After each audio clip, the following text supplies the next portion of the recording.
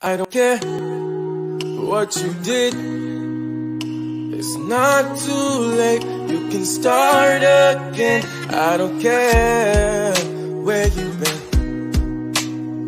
I believe there's a word, my friend. New beginnings, you'll see. Just take a step of faith with me. New beginnings with me.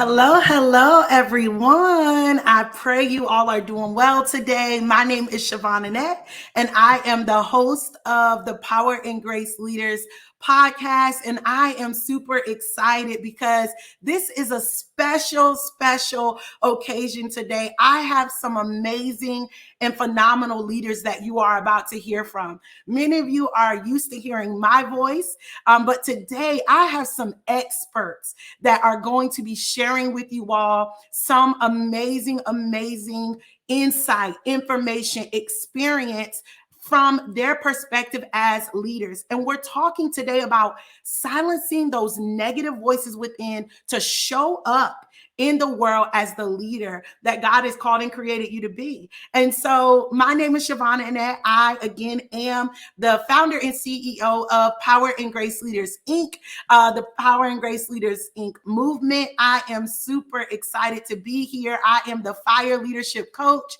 always ready and excited to empower, motivate, and inspire you to rise and be the leader that you have been called and created by God to be. So without any further delay, I'm going to bring up my special guests of the evening, each one by one. And I do want to give just a preliminary insight that these individuals are the speakers of the Sister Leaders Conference, the second annual one this year, and they are absolutely incredible. So the first person that I'm going to bring up is the lovely Lady Portia. Hello. Good evening. Hello. How are you? It is so cool to be here. Look, I'm so glad to have you.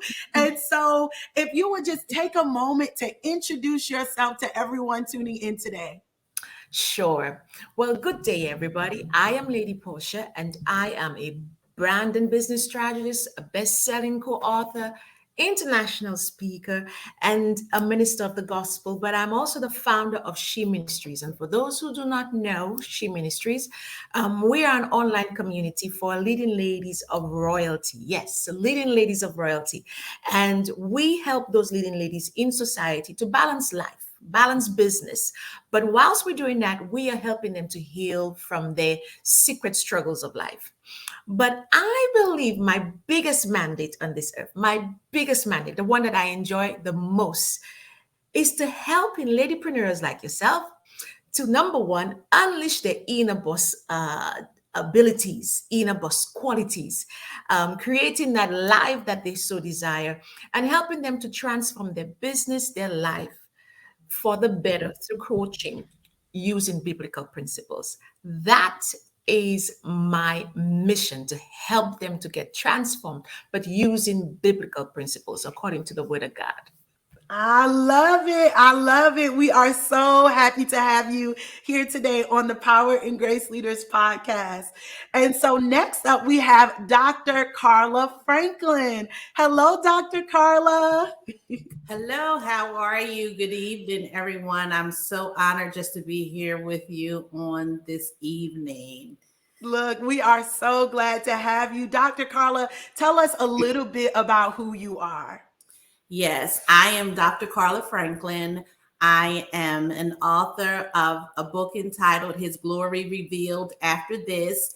And it's just my story about how you walk through some dark seasons, how the Lord will tell you that there's glory going to be revealed after some of the painful experiences that you've had. So he tells us to rejoice in the fact that we participate in some of these activities or situations because there is glory after this. So I am an elder. I am also an international speaker, and I am the founder of After This Ministries, as well as After This Life Coaching, because I believe that if we encourage and inspire and empower women to just be strong and courageous and walk in the confidence that you know that you are an overcomer, you can actually maximize every area of your life with success. So I love it. I love it. Let's maximize. And so, last but not least, on this evening, I am also excited to introduce Dr. Jonas Gadsden. Hello, hello, Dr. Jonas. Great evening. So good to see everybody again. It's good to see you too. So, Dr. Jonas, tell us a little bit about who you are tonight. As I always open up, there are three kinds of people: those that make things happen, those that watch things happen, and those who wondered what happened. I am a person that make positive things happen, and I'm convinced that you are too.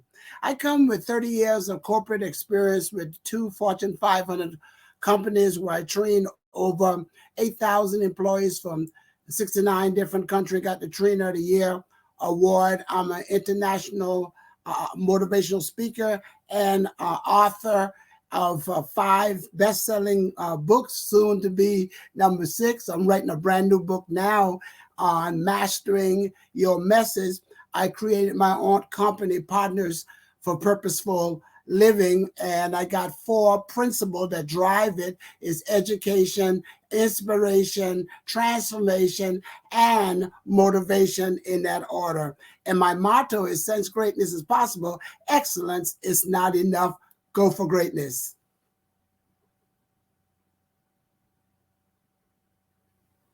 I love it. I love it so much. So good. So I want to invite you all right now to even share this video out, because I know this conversation is about to be so, so good from these amazing leaders. And just from their introduction alone, there is a lot that you can gain from these individuals. And so don't miss this opportunity to learn and then also help to inform other people that are connected to you. And so, my first question of this evening for you all is one that I think is so, so important, because a lot of times we face this. And so, the first thing I want to ask you all is, how has fear impacted your life and then your leadership? So, first, how has it impacted your life? And then, how has it impacted your leadership? So, I'll start with Dr. Carla.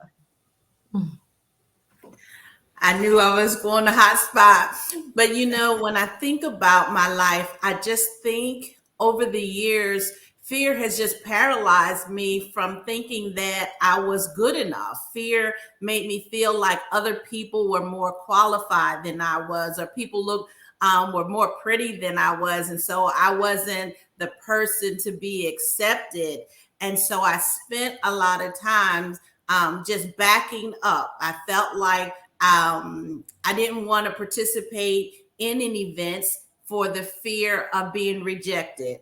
So rejection caused me to sit by the sideline for many years until I think it was my just an experience in life that will kind of like catapult you into shifting your mindset. And I began to shift my mindset and overcome the paralysis of moving forward, the paralysis of being silent and afraid to speak.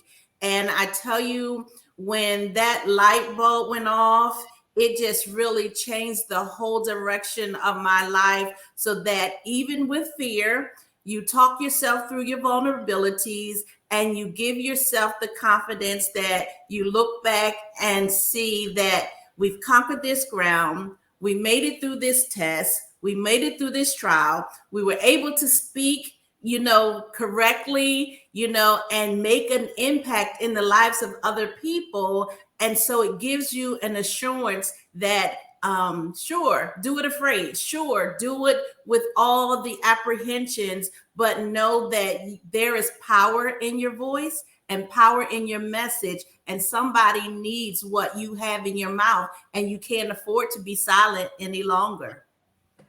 I love that. You can't afford to be silent any longer. That is so good. And I love what you said, even your just honesty about the some of the dynamics, right? Yeah. That we think about and we consider. And sometimes they go unspoken, but are very much true, Yeah. especially with feeling like there's a certain image that you have to have in order to be this person that is accepted and that is received. But those are all tactics of the enemy to Yeah. make you not move. And Mhm. when you realize it's better for me to take a chance on me, it makes all the difference in the world, because you watch God work through Mhm. your yes, Oh, despite all of the lies yes. that the Yes. enemy presents to you. So good, so good. Dr. Jonas Gadsden, I would love for you to share as well. How has leadership impacted your life and then even your leadership? Well, fear, someone once said that fear is false evidence appearing real. But I also took a look at when you spell out fear, you can face it, you can face everything and run, or you can face everything and rise. And I chose to rise. A lot of times I talked about sometimes doubt and fear will knock on your door, but faith open it up and there's nobody there. Feel the fear, but do it anywhere.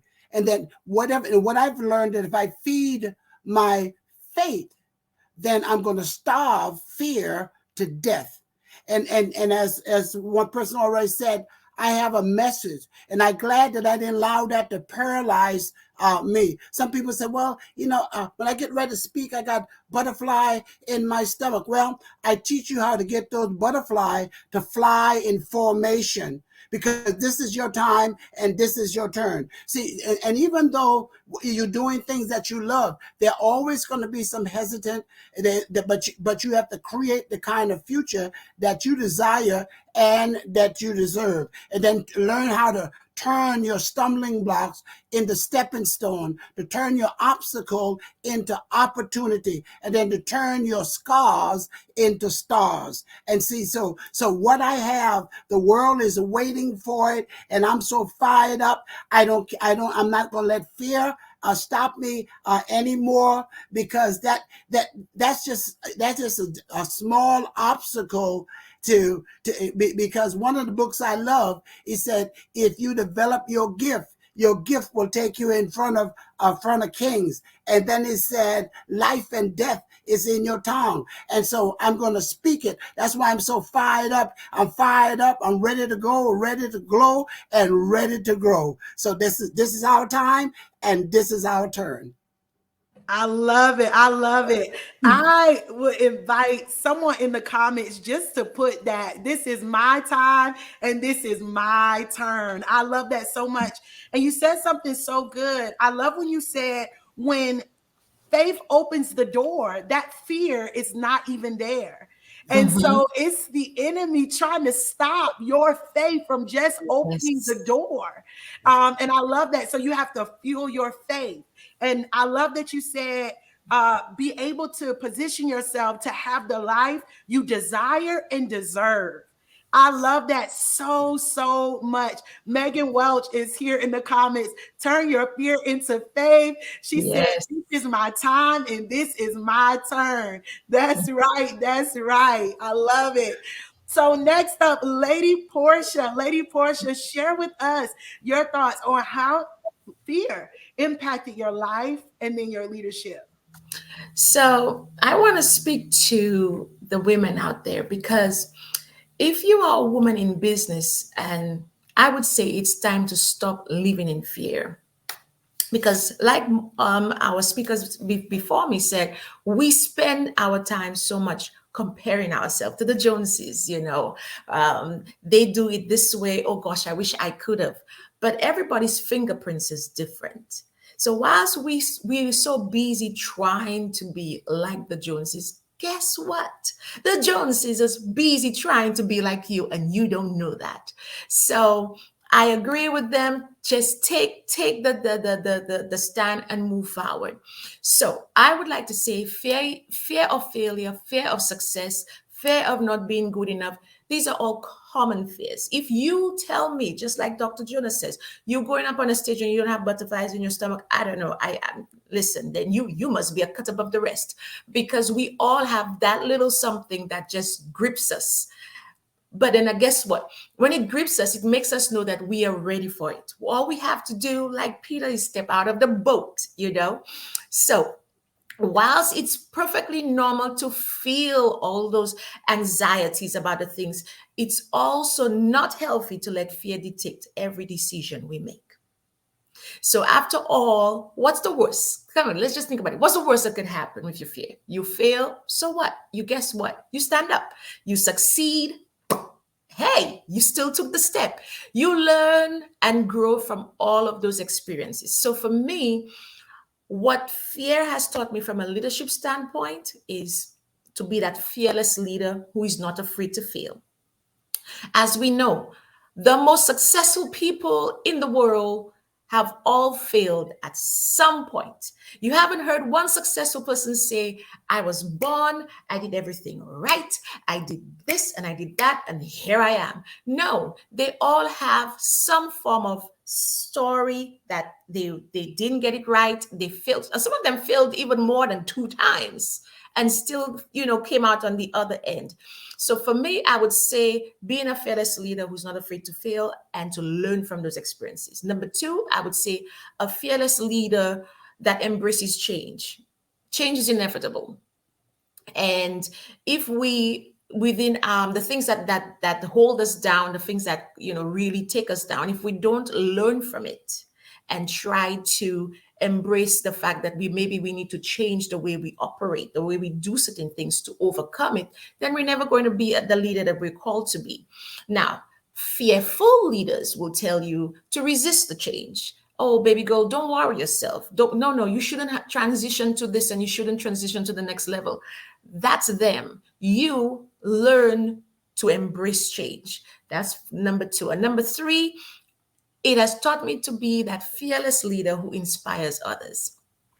People, listen, are naturally drawn to confident leaders. And because you have embraced change, because you have learned from your mistakes and not make fear take over you, other people want to see how they could reach to that point. So just like Dr. Jonah says, we have to now teach other people how to overcome those things. And that's my idea of the 3. So in truth and in fact, we all are going to go through, go for fear and the things but what do you learn from it? How do you now deal with it? I love it so much, Lady Portia. That was so good. I love that you brought out the understanding that there are some common fears. Yeah. And one thing that I often share with the people that I coach is I encourage them to identify which fears are standing in their way. Because if you can identify it, you can then renounce it. You can overcome it. Yes. But if you're just saying it's fear, but which one is it? Is it the fear of success, the fear of rejection? And if it is multiple ones, let's address all of them. All of them. So I love that. I love that. You said it's perfectly normal, but we cannot allow fear to dictate dictate the choices that we make. That was so good. And then you said, when you don't allow that to happen, you become a confident leader that now inspires other people. And that's who each and every one of you are up here today. And so I'm so excited. I'm excited. Megan commented that there can be joy stealers, but she talked about Ephesians 6 verses 10 through 20. She put it up here in the comments for us. That's so true. We have the armor of God that we can absolutely utilize to stand against what the enemy is trying to place before us to stop us or cripple us from being able to walk in our purpose. And then Nakia, she quoted, you said, change is inevitable, but growth is an option. It's an option. And so we have to make that choice to choose growth. So if I have to overcome fear to get to where I want to be, then that's exactly what I'm going to do. So you all, this is so good already. This is just question one. It's been so good. But for all of you joining in, I invite you to share. We're talking about silencing the negative voices within to show up. And each and every one of these speakers up here today have made that choice, and they continue to make that choice over and over and over again. So let's go to our next question. My next question for the panel today is, what is the danger of remaining silent? The danger of remaining silent. So Lady Portia, I'm going to start this one with you. Oh, the danger of remaining silent. So, and I'll keep addressing women because, you know, that's just my audience. But as women, we have that unique opportunity to use our voice to make a difference. We have a unique opportunity to use our voice to make a difference. So whatever we are fighting, let's just say trying to get the right job in a workplace, trying to get equal pay, whichever the case, staying silent is not going to get us there. However, there is also a great danger in remaining silent. When we do not use our voice, we give up our power. And you allow others to control the conversation, control the narrative, control everything that's going on around you. So I would say the dangers, mine is threefold. Number one, you allow others to control your conversation. Whenever you remain silent, you allow other people to take control of what it is that's supposed to be said. And when others are in control of the conversation, they're also in control of your narrative. So if you want somebody to read about you, let's just put it that way, the pen has to be in your hands. The instant you give the pen to somebody else, they could write whatever it is, because guess what? Their perspective of how they see you may not be who you really are. So that's number one. Number two, you give up your power. I mean, have you ever seen somebody who is emotionally scarred, emotionally battered, one would say? The person walks in the room and they shrink. When you give up your power, it is so hard for you to now speak on things that matter to you. So when you remain silent, you give up your power. Your voice is your power. If you want to be heard in the boardroom, you cannot sit down here and expect them to one day call you. You kind of have to push yourself out there for you to be heard. If you want to get that next promotion, you have to show that you are worthy of it. You have to use your voice. You cannot give up your power to somebody else just because you feel I am not enough, or you feel the fear like we just spoke about. Number three, we miss out on so many opportunities. Oh, when you are silent, you miss out on opportunities to be heard, opportunities to be respected, opportunities to be valued, opportunities to be paid what you are worth. Listen, we must speak out for ourselves in order to get anything out in this world. You know, you cannot leave it to the next person to speak out for you. So for me, I would say the bottom line is being silent is very dangerous. And we do not want in this time and season for us to give up our power, give up our control of conversation, and not be heard. Yeah, that's so good, Lady Portia. That resonates so much because the thought of giving up our power is something that no one wants, but we don't know. We inadvertently do that Do that. when we keep silent. Yes. So that was so good. Thank you for that. That was so, so good. And so, those of you in the comments, I would encourage you to write, I will no longer give up my power. I will no longer give up my power. I'm going to use my voice. I'm going to use my gifts. I'm going to use my talents.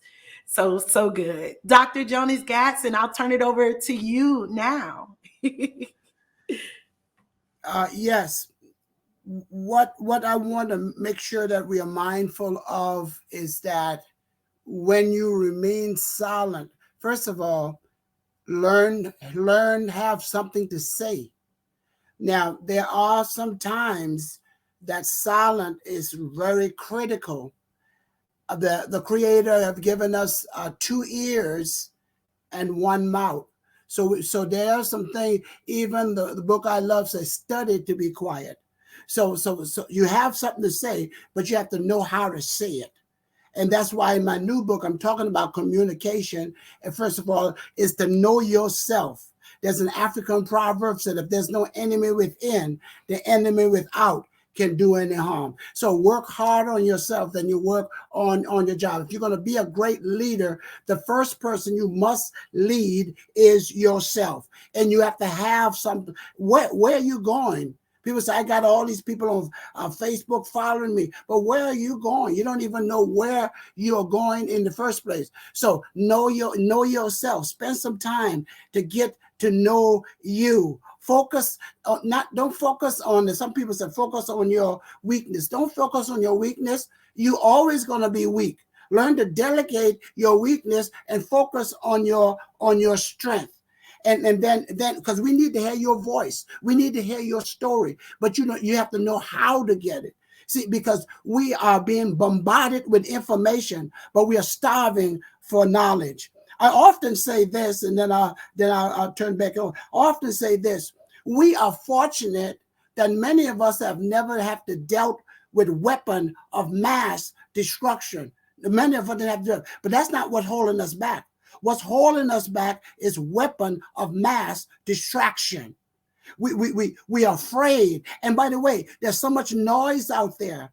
And let me tell you something. I came from the boardroom. I came from corporate America. I've been an African American. What I've learned now, not only you have to be able to get your point across, but you got to get in. You got to learn the power of sound bites. You're going to have to get in and get out quickly. You don't have time to. Sometimes we take too long to get to the point.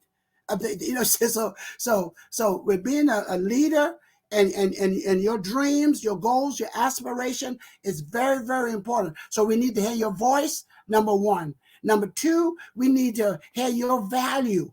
Bonus from Jonas, because when your value is clear, your decision is easy, and your value ties with your integrity, if you will. And by the way, you're gonna go through some valleys too.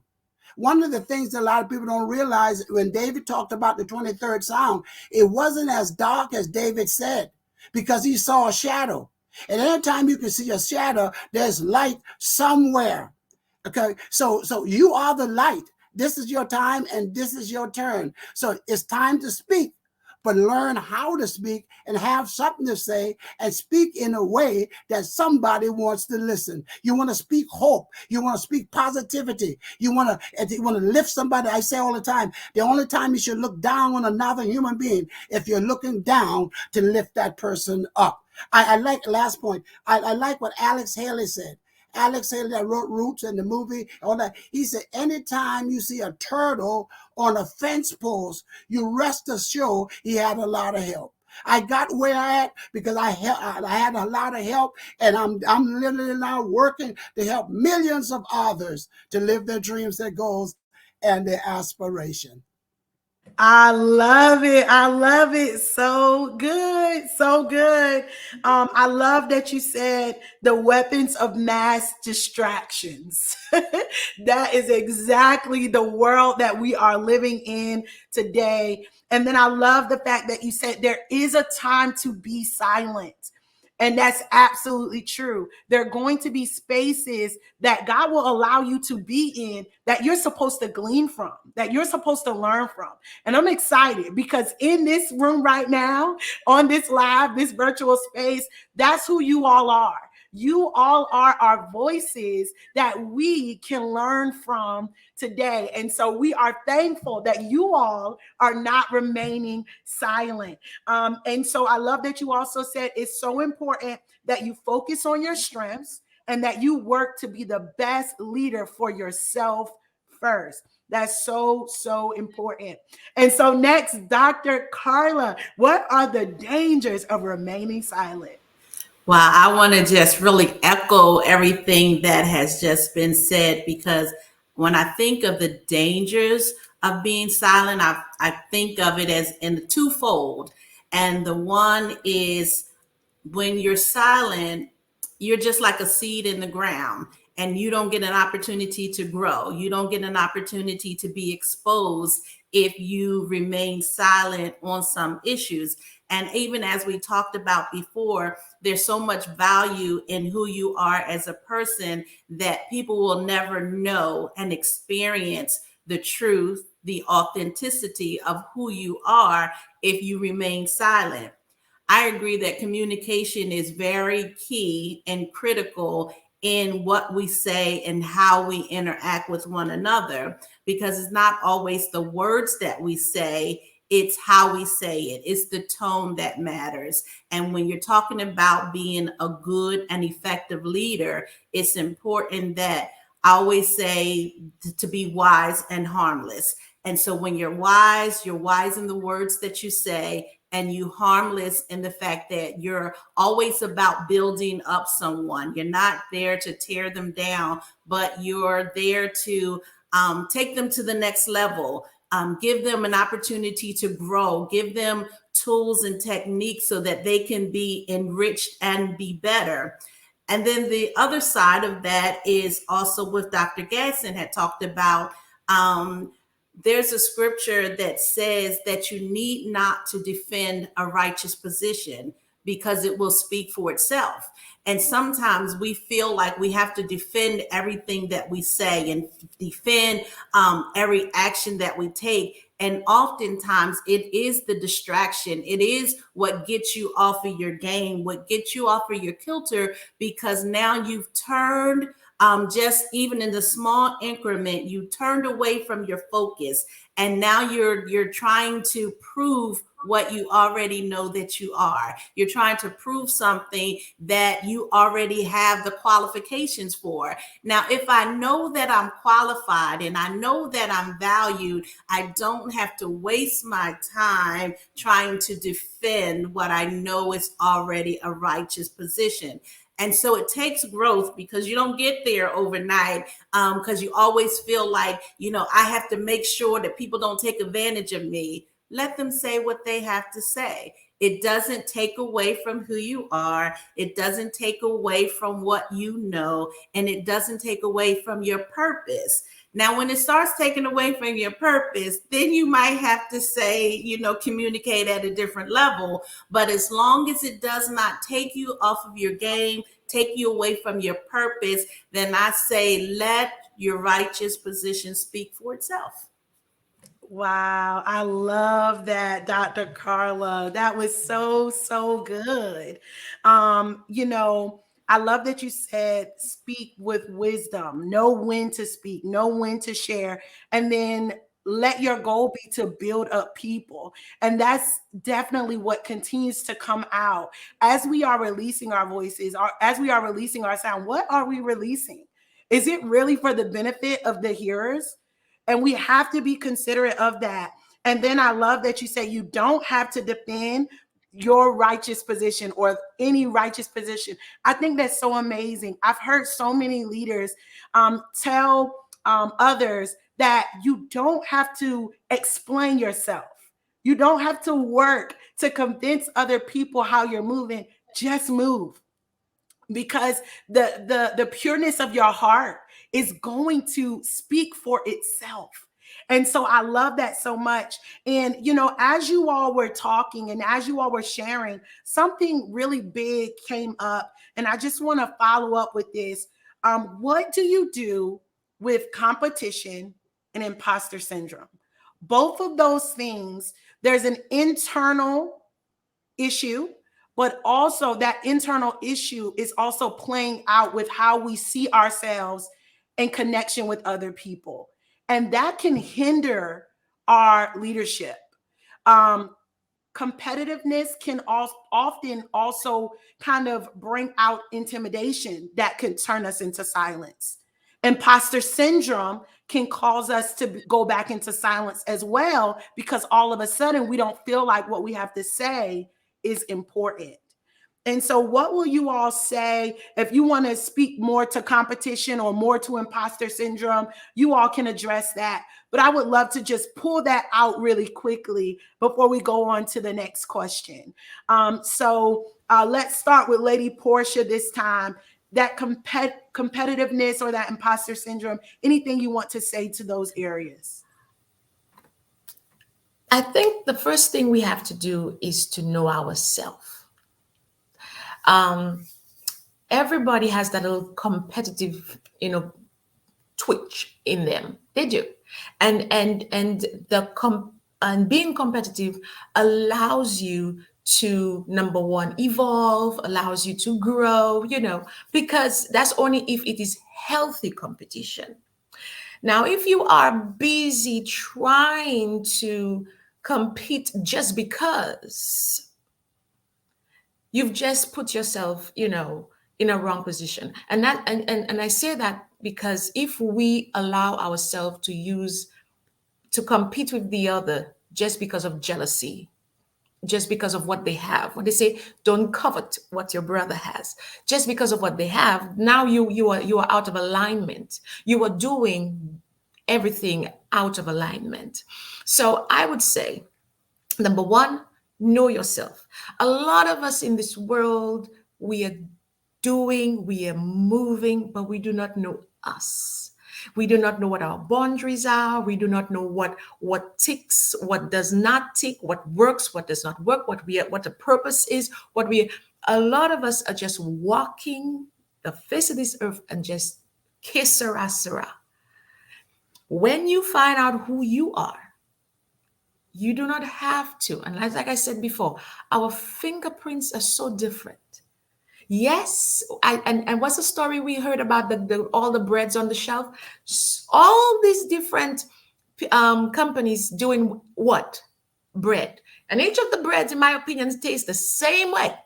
But they all come there and make their money doing their product.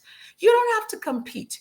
Yes, you are a business coach and the other person is a business coach, but every one of us have a different thing that comes to the table.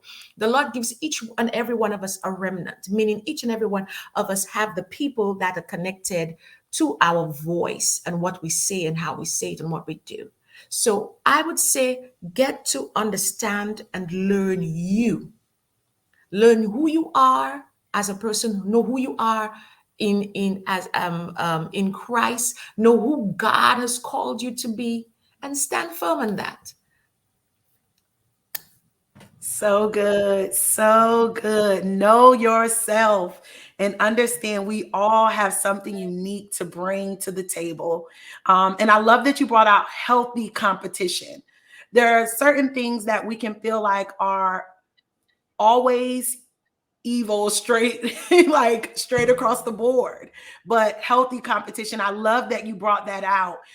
But what is the source of that competition? You said the jealousy, the envy. If that's coming out, that's not healthy competition.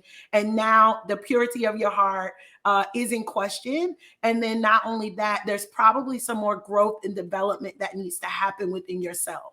So that's so good. So good. So Dr. Carla, how about you? If you want to speak to the competition or the imposter syndrome. I think I would like to speak to the imposter syndrome only because for many years, just when I think about growing up, I always felt like I wasn't good enough. I went to private school, I had the best education that my parents, could afford and thought was valuable for me. But it was just those feelings of insecurity. So it didn't matter that I had the knowledge. I didn't have what was on the inside to make me feel as though I was confident or I was equipped to be able to share or speak.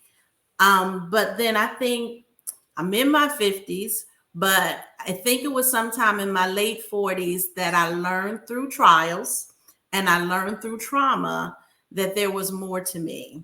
And the more to me began to reveal this amazing person that I think I've just got to know over these last 10 years.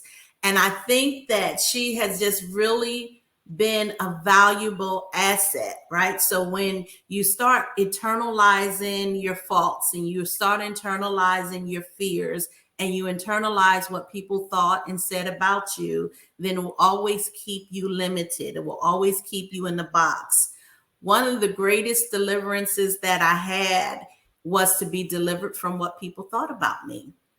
And when I learned that, and when I walked in that deliverance, people can say what they want. And it's just that, what they want. But it does not add to my life. It does not subtract from my life. It doesn't give me any credence to who I am as a person. And so when I learned to value myself, learn to know myself and my contribution, it made the world of a difference. And so I look in the mirror and I say, you know what, girl, you beautiful. Girl, you know what? You got it going on. And if don't nobody understand, it's their loss. Because if they just would just get an opportunity to meet you, to know you, to spend some time with you, you a bad sister, right? And so it's those things and stuff that you learn how to just embrace and learn how to walk confident, right? And so along with the confidence, I had to embrace the fact that I was capable. I was capable of being better. I was capable and I had the capacity in me to stretch and to grow and to enlarge my place so that I can be of a benefit to those that I get an opportunity to share with. So the me that you met 10 years ago is a totally different me that has evolved into what I call the phenomenal me. Yes. I love that. The phenomenal me. I love that so, so much. Prophetess Nicole said that was good. She said, I've been there. Deliverance was necessary. I do the same. I love that. And what it brought me to mind of was, when was the last time you looked in the mirror and spoke well of yourself? Spoke well of yourself. It's things that sometimes can seem silly, but can make a world of difference in your life. Just speaking good things over yourself and looking at yourself in the mirror and really telling yourself, looking at yourself eye to eye and telling yourself who you are. I love that so much. And I love that you said the trials and the trauma brought that to light, right? I heard someone say before, he's actually the forward author of the book, My Brother Help Me Heal. He said, I hope that your wars have testified of who you are. And I love that so much because, oh, it just spoke to me. And I see you all getting excited with me that your wars should testify who you are, that they did not take you out in moments that you thought that they would. And they Listen. it's so good, right? Brandon Knight, the former author of My Brother Help Me Heal. It was so, so good. And then I love what you said. Basically, we have to ask ourselves, what are we internalizing? Are there things we are internalizing that we absolutely should not be, simply because they do not align with the word of God? They don't align with our destiny in our future. So why am I internalizing it? And so that's so good. So good. So Dr. Jonas Gatson, I'll turn it over to you, whether you want to talk about comparison, competition, or imposter syndrome. Well, I'm going to attempt to address both of them. First of all, I want to add to all that's been said. It's like building a pyramid. These sisters, all of you are adding some great things, and I'm just going to put some more cement on and put another brick on. First of all, I want to remind each of us that there's nearly 8 billion people on the planet, and there'll never be another one just like you. The scripture said, I am fearfully and wonderfully made. No one else can duplicate your fingerprint, your handwriting, or your child. So you don't live full and die empty. You don't have to be a cheap copy when you're the real thing.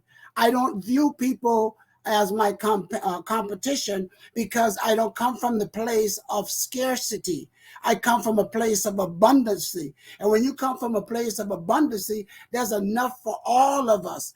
And I do competition, and the competition I work on, I can always better my best. I always look, and there's always room for me to improve.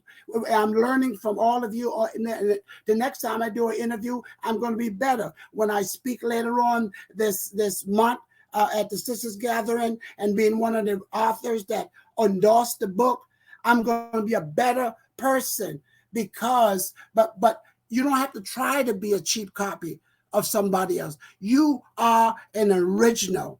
I heard what Dr. Collins said, and what came to mind to add on to what she said is to be mindful of the critics without credentials. See, a lot of times we are listening to the critic, they don't have no credential. And see, what I believe is that what you think about me is none of my business. That's your business, and I'm going to stay out of your business because I know who I am. I tell people all the time, I said, I cannot be bought because I'm already paid for. So I don't have to try to be a cheap copy. There's only one. And when the Creator made each one, it was one and done. Mic drop. One and done. That's so good. Prophetess Nicole said, yes, sir, with lots of R's. I love it so much. And Megan, she is just dropping the scriptures on us to remind us of so much. She dropped that scripture, fearfully and wonderfully made, out of Psalms 139 for us. Nicole said, I'm not a cheap costume jewelry. I'm uniquely made. I like that. I like that. So good. I will not be a cheap copy of anybody else. I remember there was a season of my life as the Lord was just accelerating my life and allowing me to kind of take advantage of different opportunities he was bringing before me. And I remember just in my own prayer time, praying and talking to God. I said, God, I don't want to sound like anybody else. I don't want to be like anybody else. God, I want to be who you have created me to be. God, for me, let me embrace me. Let me love the way you have uniquely crafted me for this time, right? God did not make me to be anyone else. He did not make you to be like anyone else, but he had a plan in mind just for you. Just for you. And we have to remember that. And I love that you said the competition for us that we need to keep in mind is how can I better my best? And I love that you said, by the time you see me in the next few weeks, I'm going to be better. At the next interview, I'm going to be better. So I'm thinking in my mind, the next time I host another guest, I'm going to be better. And so how can you take that in your life today? How are you looking to improve and be better? How are you looking to rise to the occasion as a leader and silence those negative voices and allow your faith to rise? Allow the unique way that God has crafted you to arise to make a difference in the world. This is how we leave the world better than it was before, when we are willing to go the distance that God has set for our lives. And that's what we have to be willing to do. I love it, Megan. Megan said, I will arise and roar. Yes, yes, yes. I love it. I love it. I love it. So, my next question, and this will be the final question of our time together: how do you empower others to set goals despite prior setbacks or prior failures? And we'll start with Dr. Carla. I really try to encourage people that there's a decision that we need to make, and then there's an action that needs to follow. And so I talk about in my ministry and my life coaching that it's really about doing and responding effectively with our abilities to maximize our success. And that's an acronym for the word dreams, because we really want to dream. We want to really give our best that anything that we do. And so when I think about just really the opportunity just to lead people, the first thing that I share with them is that I want you to give yourself permission to grow, right? Give yourself permission to change. And sometimes we give ourselves permission to help everybody else, but we don't give ourselves the right and the authority to be there for ourselves. So that's one of the first things that I try to empower people, to give them the permission, right? You have the right to invest in yourself. You have the right to be better. You have the right to change. You have the right to look back and see life as what it was. We don't get an opportunity to subtract the things and experiences that we've had. But what we can do is we can add and we can grow from them, use them as lessons. And so as we're using them for lessons, I think of the one scripture that talks about the fact that Simon, and we often put our names there, Carla, the enemy desired to sift you, just really take you out of here because of whatever circumstances or situations. And so the lovely thing that I always like to empower people with, and women in particular, is that things didn't happen to you, but they really happened for you. They set you up with an opportunity to be able to grow from where you've been. And so when we go back to even thinking about that scripture, God doesn't say to us that he's going to prevent us from having trials. He's going to prevent us from having devastating tragedy and things from occurring in life. But what he says is that in the midst of these things, I don't want you to lose your faith. So I want to make sure that we have faith to believe that anything is possible, faith to believe that we are worth it, faith to believe that you are the best representation of yourself that the world needs. And so when we're believing in ourselves and we're walking in faith, then we're able to overcome and we're able to be empowered to make the difference in your world, in your life. And like it was said before, I might not meet the world, but everybody that I've met is the world to me.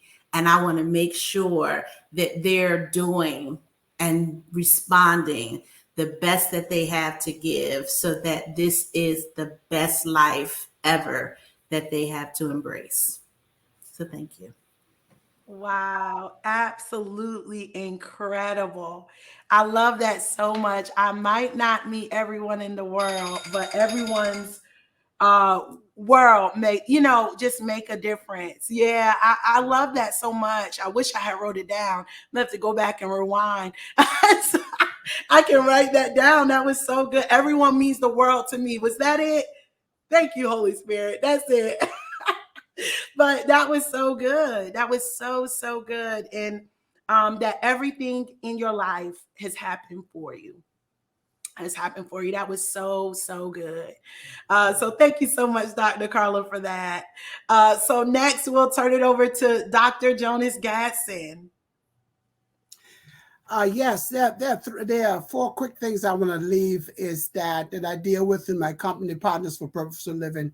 It's a four principle. Number one, when I'm working with people, is to educate. That comes from the Latin word to lead and to draw out the greatness in them. Teach them to take a chance, take charge, and take control of their life. The second principle that I use is inspiration. If there ever been a time that people need to have hope, people need to believe in themselves. And we're getting close to election time. So let me do a quick election. First of all, God voted for you. The devil voted against you, but you have this decided ballot. Why not believe in the God that believe in you? The third thing is that you're going to have transformation. Move away from change to transformation, because change is temporary, but transformation is permanent. I don't care how many legs a caterpillar has. I don't care how fast he can run. He can never fly until he's transformed into a butterfly. And the caterpillar has to die in order for the butterfly to fly. And then the last principle is motivation, is to get up and live your dreams, your goals, and your aspiration, because this is your time and this is your turn to get it done right now. This is the fourth quarter. The urgency of getting it done, as I always say, since greatness is possible, excellent is not enough. And the bonus I want to leave with you is deal with the communication that's in my new book. If you cheat yourself in your preparation, it will show up in your presentation. Thank you so much. God bless you all. Thank you. So good. Educate, inspire, transform, and motivate. I Come love on. that. That was so good. So, so good. So, Lady Portia, we're turning it over to you Oh to my wrap it up. gosh. Listen. I'm sitting there going, oh my goodness, Um, I would start off by saying it is said that we learn from our failures. Um, and then we, you know, we learn from our failures more than we do from our successes. Um, if you talk to anybody, they will start to say to you, I remembered when I failed at this and I failed at that, a whole lot quicker than when they would say to you, oh, I succeeded at this and I succeeded at that. So this is especially true when it comes to goal setting. So we often set goals based on what we want to achieve without taking into account the possibility of failure. What if, what would you do if this doesn't quite work out the way you wanted it to work out? However, if we are not prepared for setbacks, we are more likely to give up because it showed up as a surprise to us. So I would say what I would have done to empower those that maybe had been through failures before. Number one, I would acknowledge their feelings. Yes, okay, yes, you failed before. I get it. So that would be my first thing. Acknowledge the feelings. The first step is to acknowledge how it felt, what happened, how you felt when it happened. It is important to validate their experiences and show that you understand. Because a lot of people speak to you and the first thing they say, you don't understand what I'm talking about. That's the first thing. And that right there is like that wall that prevents them from going forward.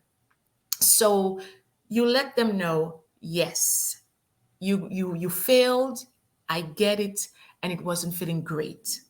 The second thing I would say is I would now help them to see the situation in a different light. Because now that they've emptied out all the things that are going through their mind and how they felt about it, now is the opportunity to let them see something totally different. For example, you ask them a nice question. Okay, you've gone through that. So what would you do if you could not fail? Start to think about that. How would you feel? How would you look at the situation? Just think about it that, in a way that you would not fail. And that kind of gives them, a better way of looking at the goals that they plan on setting. They're not sitting in the woe is me anymore. They're like, wait a minute, you know what? That's true. I could start to think of it that way. Then the third thing is to encourage them to take small steps. Rome was not built in a day. Whoever came up with that statement, we still holding on to it this day. Rome was not built in a day, but guess what? In the end, Rome was built. One step at a time will get you there. You do not have to move the whole mountain today, but take it from me. If you start to chip at it slowly, the mountain is not going to be there anymore. You just have to take the time and take it in bite-sized pieces. Don't try to work on the goals of 5 years down the line into just today. You have to take the goals of 5 years, turn it into 2 years, turn it into a year, turn it into months, turn it into a week, turn it into days, and into your 7 day, your 7 hour, your 24 hours of your day, or how many hours you plan to work on it.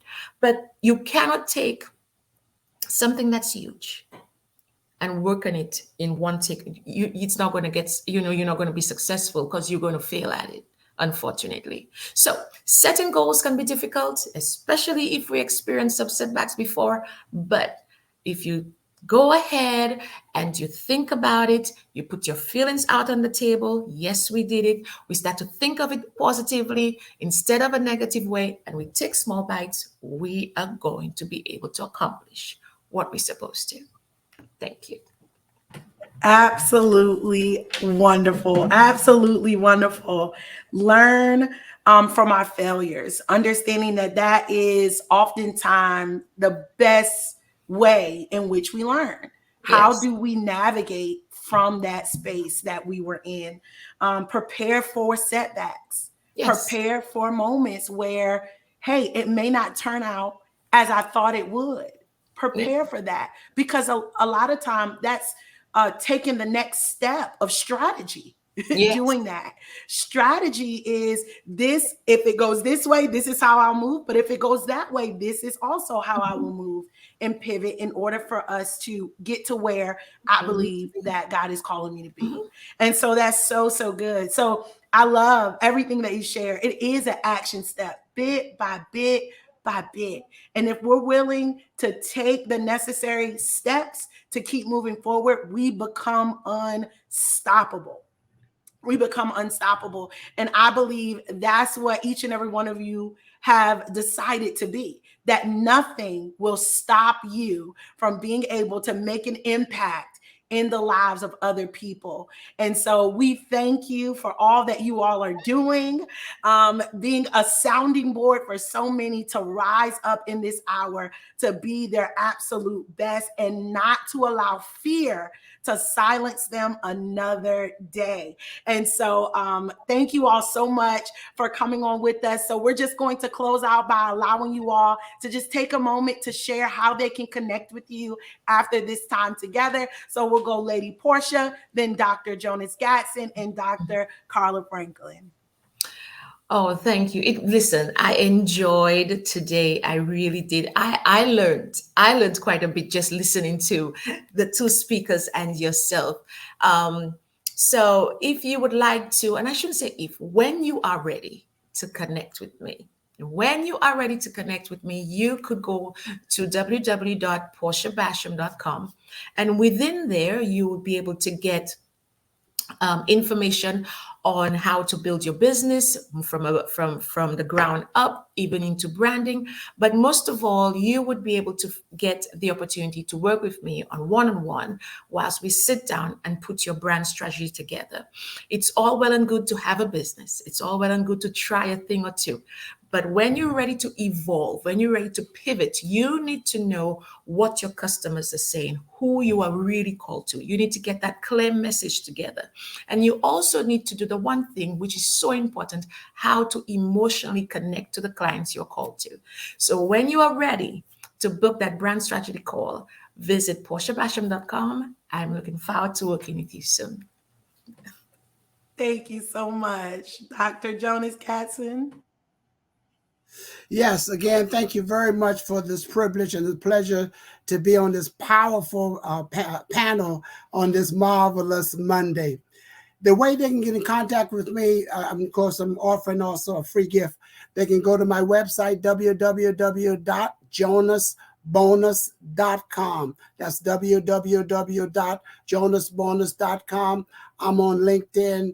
I'm on Instagram. I'm also on Facebook. And for those of you maybe that are not computer savvy, like I'm not too, here's my telephone number. You can call me, set up an appointment. There's an African proverb said, if you want to go fast, go alone. But if you want to go far, get you a coach. I can be reached at 585 703 9547. That's 585 703 9547. And thank you very much. Keep up the good work. Looking forward to hearing y'all at the conference. And thanks to Dr. Karen as well. We are fired up. There's going to be a brand new book coming out. I'm doing the forwarding as well. And I'm one of the speakers saying yes to your success. Thank you, everyone. God bless. Bye-bye. God bless. Dr. Carla. Yes, I can be reached on Facebook at Carla Rose Franklin. And I also have a website that we're working on. It's carlarosefranklin.com. And I can be reached by email. Also, it's Let's Talk Dreams, the number 8 at gmail.com. And it has been my illustrious pleasure to be here with you all. And I look forward to spending more time with you and just given the opportunity just to work with you, and you. Thank you. Thank you.